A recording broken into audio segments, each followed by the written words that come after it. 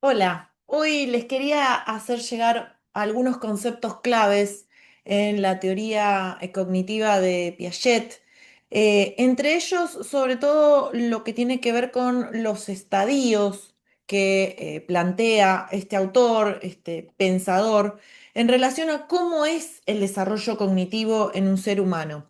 Y como podrán ver, si bien hay edades que podemos pensar, bueno, el estadio sensorio-motor, ese es el estadio o la fase del desarrollo cognitivo entre el nacimiento o desde el nacimiento hasta aproximadamente los 2 años.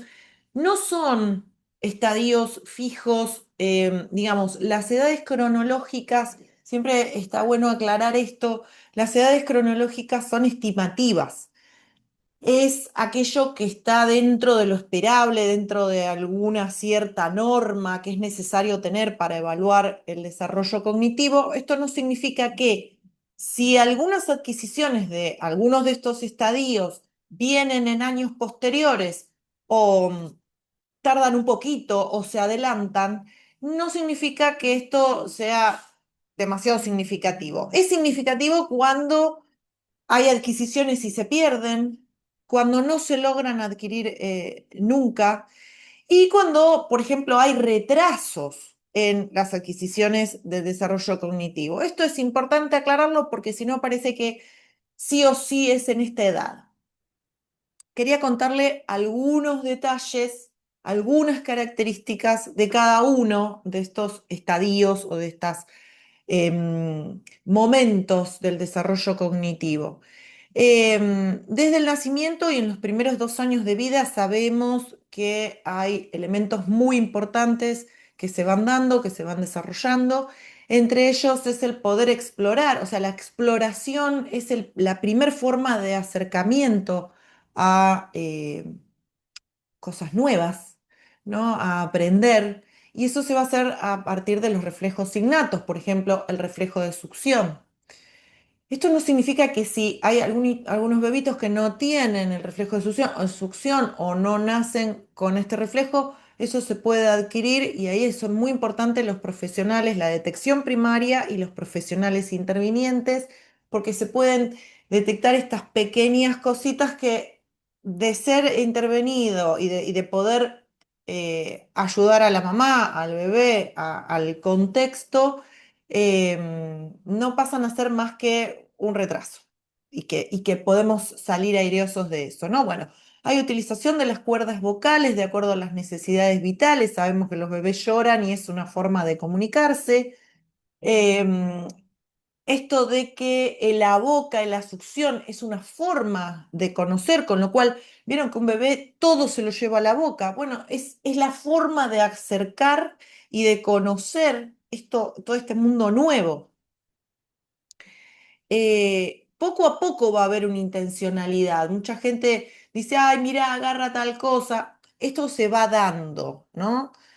Eh, y el logro más importante, que esto es muy lento y acá hay un tema muy importante, que es la permanencia de objeto, que es esa capacidad de poder entender que más allá de que no los veamos las cosas o los objetos siguen existiendo.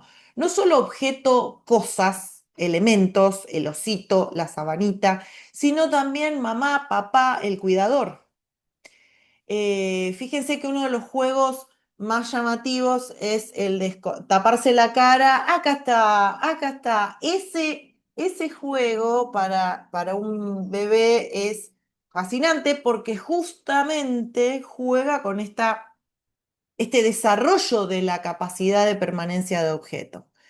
Eh, Algunas cositas más. El tema del egocentrismo. Vieron que muchas veces se habla del egocentrismo como esta cuestión de todo está centrado, casi narcisista, ¿no? Como un concepto relacionado al narcisismo. En esta teoría no es exactamente eso, sino que tiene que ver con la dificultad que todavía genera el egocentrismo de creer que todo pasa por uno, ¿no? O sea, todo es, pero no porque yo soy el centro, sino que la mente, las estructuras cognitivas lo que nos plantean es que aquello que pienso yo se cumple, aquello que yo digo es así, o sea, no hay posibilidad de otro punto de vista. Eso se va adquiriendo y es algo que se va trabajando en el día a día del desarrollo del niño.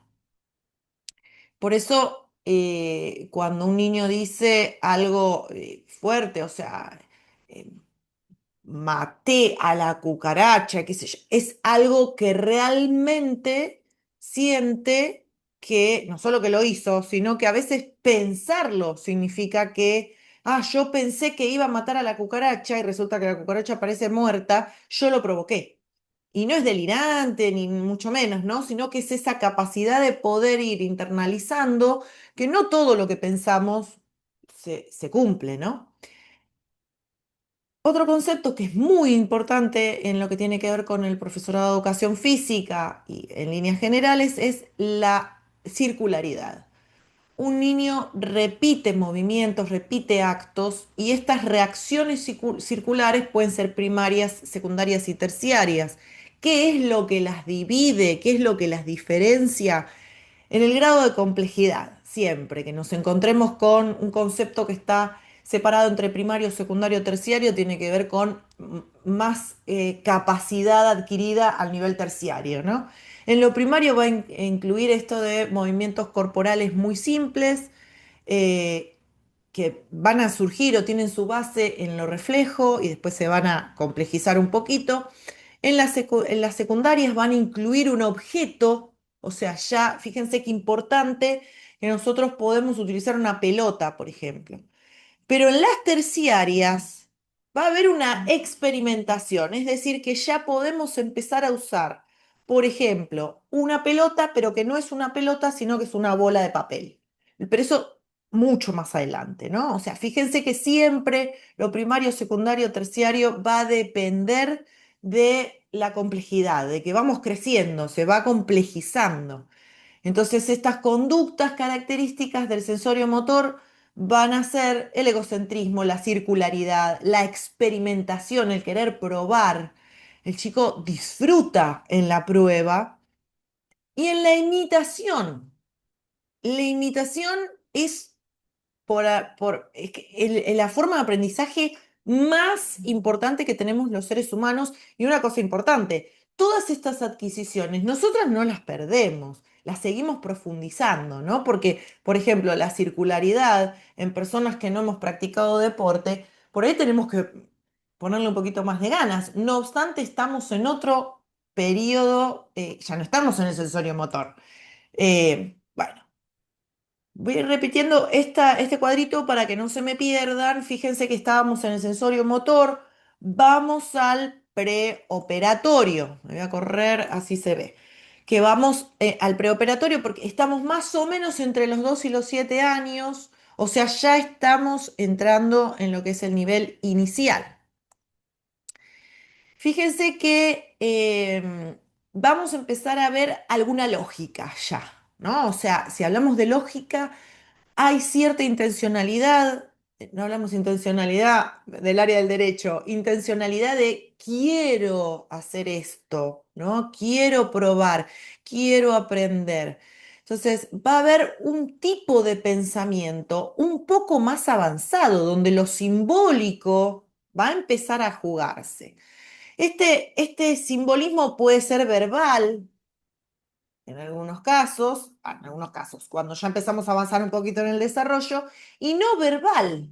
Es decir, eh, por ejemplo, en las reacciones circulares terciarias, en un simbolismo no verbal, puedo usar una bola de trapo como una pelota y jugar a que soy Messi, por ejemplo, ¿no? Yo sé que no soy Messi, yo sé que eso no es la pelota oficial de AFA. No obstante, utilizo mi pensamiento y ya puedo empezar a pensar que estoy jugando. Si nos vamos al periodo sensorio-motor, a los 2 años, ahí 3, poquito, algunos niños dicen, no es la pelota de Messi, entonces no puedo jugar como Messi. Y otros van a decirnos, bueno, es como la pelota de Messi. Esto se empieza a jugar y lo vemos muchísimo en el jardincito y es donde vemos en el nivel inicial, donde vemos una disparidad de desarrollos, porque hay niños que lo entienden, otros no. Hay momentos que sí lo entienden, otros no. Va a depender mucho cómo nosotros se lo planteemos, un juego, por ejemplo, una actividad. Y el lenguaje va a empezar a tener ya una diferenciación de aquello que era inicialmente el pedido de ayuda o de plantear una necesidad. Ya el lenguaje va a empezar a servirnos para charlar, para hablar de ideas, para decir qué me gustaría, cómo sería. Y ya esto me va a mover un poco hacia la socialización y salir del egocentrismo, es decir, de creer que todo lo que yo pienso se cumple y es lo que yo digo, es lo que se da. No, también va a aparecer un poquito el desarrollo de la memoria, porque bueno, nosotros lo estamos viendo muy por arriba, pero la memoria declarativa en el estadio preoperatorio, que mucha gente dice, no, a los 3 años uno no se acuerda nada, ¿cómo te vas a acordar algo? ¿Cómo que no? Anteriormente tenemos una memoria más relacionada con lo corporal, es decir, senestésica.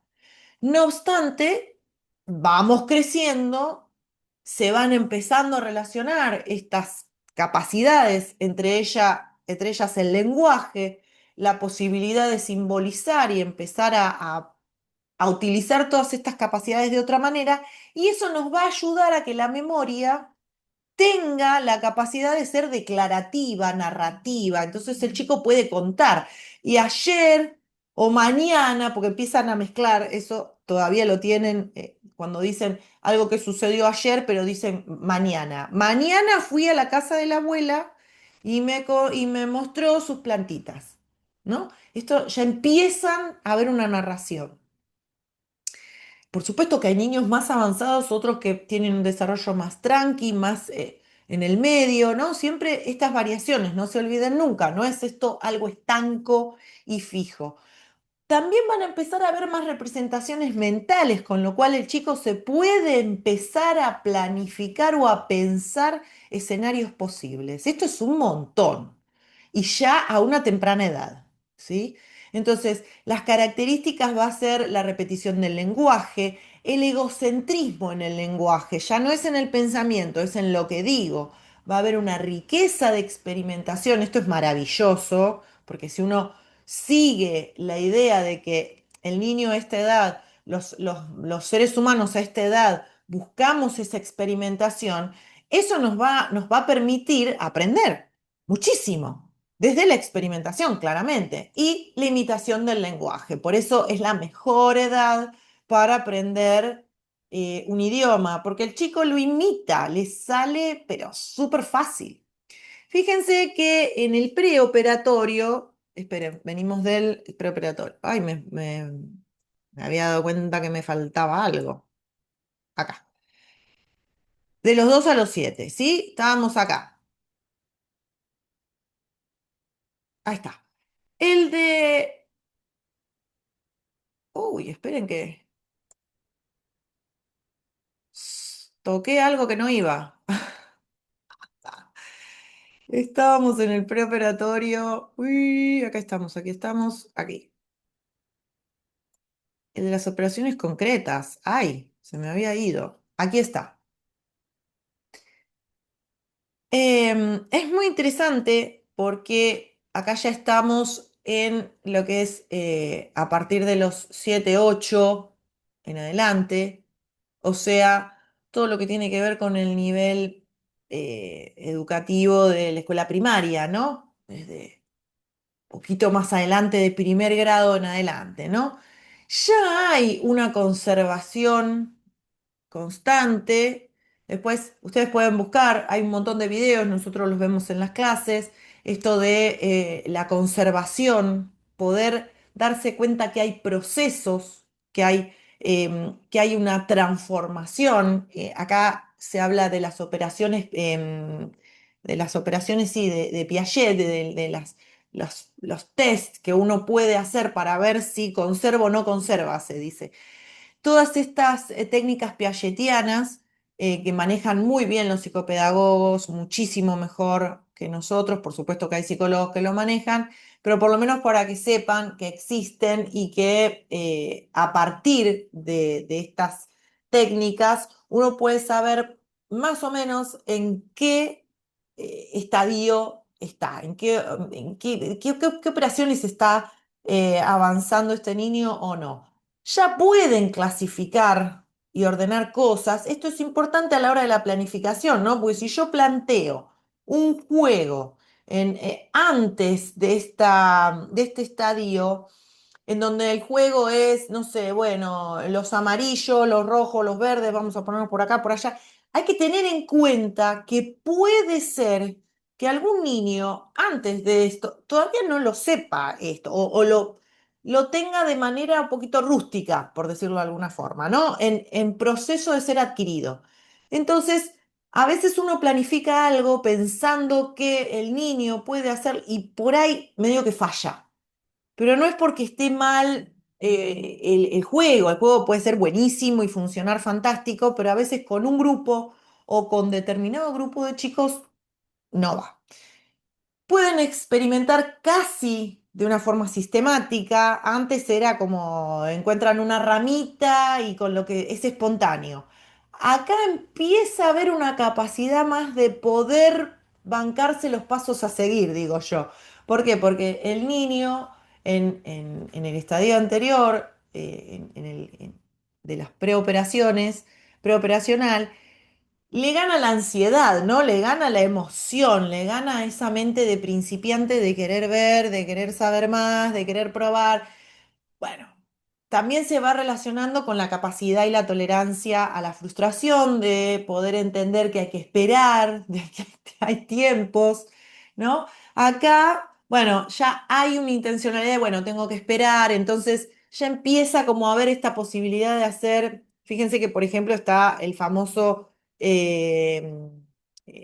la germinación del poroto. Bueno. Se hace en esta edad más o menos, porque te tenés que armar todo el vasito, no sé si seguirá haciéndose, supongo que sí, pero apunta un poco a esto, a que el niño tiene la intencionalidad, se banca los pasos a seguir, a veces, o esa es la idea, que aprenda, eh, y que espere los tiempos. Fíjense que este elemento, hasta incluso nosotros los adultos lo tenemos que seguir. Algunos adolescentes tienen que seguir tratando de que esto eh, salga adelante, ¿no? Algunos chicos todavía no lo lograron. Entonces, el estadio de las operaciones formales, ¿cómo formales? Me adelanté. Ah, ya pasamos a las formales.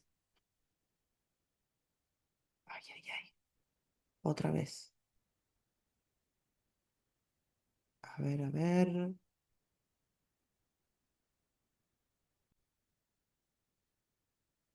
Acá seguimos. Bueno, tuve un pequeño inconveniente que no me dejaba pasar la filmina. Les comparto entonces. Estábamos en las operaciones,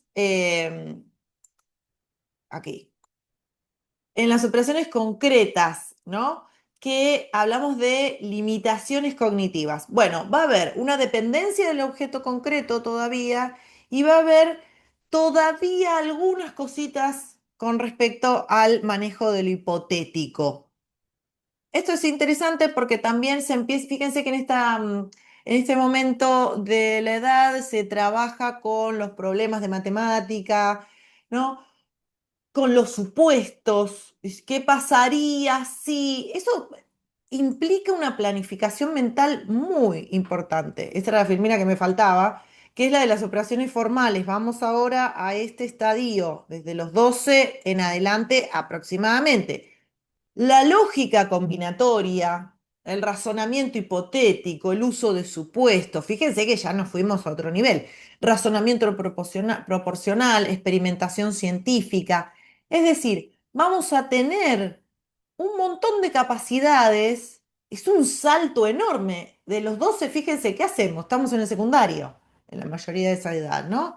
Entonces, la lógica combinatoria tiene que ver con poder razonar distintas combinaciones. Esto que tiene que ver con el pensamiento complejo. Cuando uno trata de entender una situación, necesita manejar muchas variables. Bueno, recién, más o menos a esta edad, empezamos a tener esta posibilidad, que hay que practicarla, ¿eh? O sea, no es algo que, si bien, por supuesto que tenemos, y volvemos a los conceptos de funciones y esquemas, o sea, aquello que es invariante y aquello que es variable, tiene mucho que ver con la posibilidad de haber estado expuesto a situaciones que nos generan como cierto desequilibrio cognitivo.